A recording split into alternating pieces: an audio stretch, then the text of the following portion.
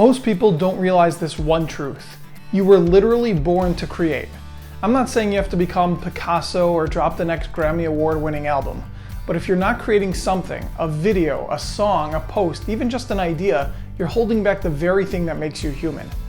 Now, I don't say this lightly. I've seen what happens when I stop creating for too long.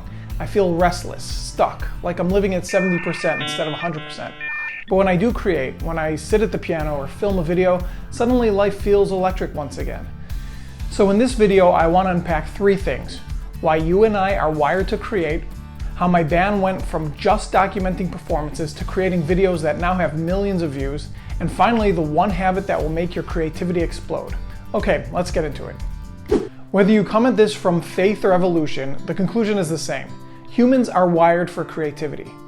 In the Bible, the very first words are, "In the beginning, God created." That's our introduction to God. He's a creator.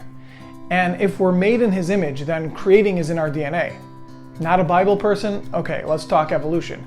The species that survived weren't the biggest or strongest. They were the ones that adapted, innovated, and collaborated. Creativity was survival. Fire, tools, medicine, all born from creativity. So whether you're quoting Genesis or Darwin, the point is the same. We are born to create. If you're not creating, you're denying one of the most fundamental parts of who you are. Here's where this hit home for me. In the early days when I was leading my band, we used to just film our live shows. It was practical. Clients could see us and then book us. But honestly, those videos weren't really creations. They were just documentation, a record of what already happened. The shift came when we started making music videos intentionally designed to put on YouTube. New and fresh arrangements, careful filming, real creative choices, and here's what happened. Some of those videos blew up. Millions of views. Yes, millions. Those videos are still reaching people all over the world today. When you start intentionally creating, you don't just capture moments, you're sharing something that will outlive you. You're creating your legacy. Now here's the thing, it's not enough to create privately. You've got to show your work. I learned this in math class. Even if you got the wrong answer, you could still get credit if you showed your process. Why? Because the teacher wanted to see how you think. Today, people call it building in public.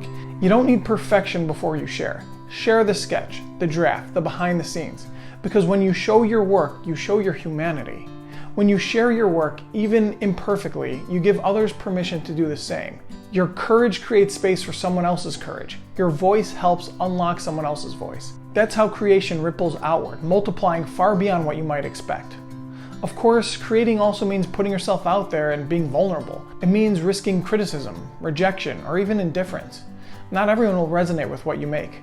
Some people will scroll right past it. Others might criticize it. But I've come to believe that none of that matters as much as we think it does. What matters is the act of showing up, the act of sharing your work, and of letting the world see what you have inside you. I think often of a line I came across years ago. Don't die with your music still in you. To me, that means don't hold back the gifts you've been given, the ideas you've been carrying, or the stories only you can tell. The world doesn't need more perfection. It needs more people willing to share their authentic selves, messy edges and all. So if there's one takeaway I'd leave you with, it's this. Lean into your creativity, whatever form it takes. Don't wait for the perfect idea, the perfect time, or the perfect execution. Start with what you have, where you are. Take the small step, then take the next one. And most importantly, share your work. Don't let fear of judgment keep you silent. The act of creating and sharing is how you contribute, how you connect, and how you leave something behind. I believe every one of us has something unique to offer. You don't have to be a musician or an artist to create. You can create in business, in relationships, in communities. Creation is simply the act of turning imagination into reality. And when you do that, when you have the courage to create and the generosity to share, you're not only enriching your own life, you're making the world a little bit better for all of us. And if you want to keep this creative fire going, watch my video right here on how to stop overthinking and start creating consistently. That's where the momentum really builds. Don't just consume, create, because if you don't, no one else will. Keep showing up, keep creating. I'll catch you in the next one.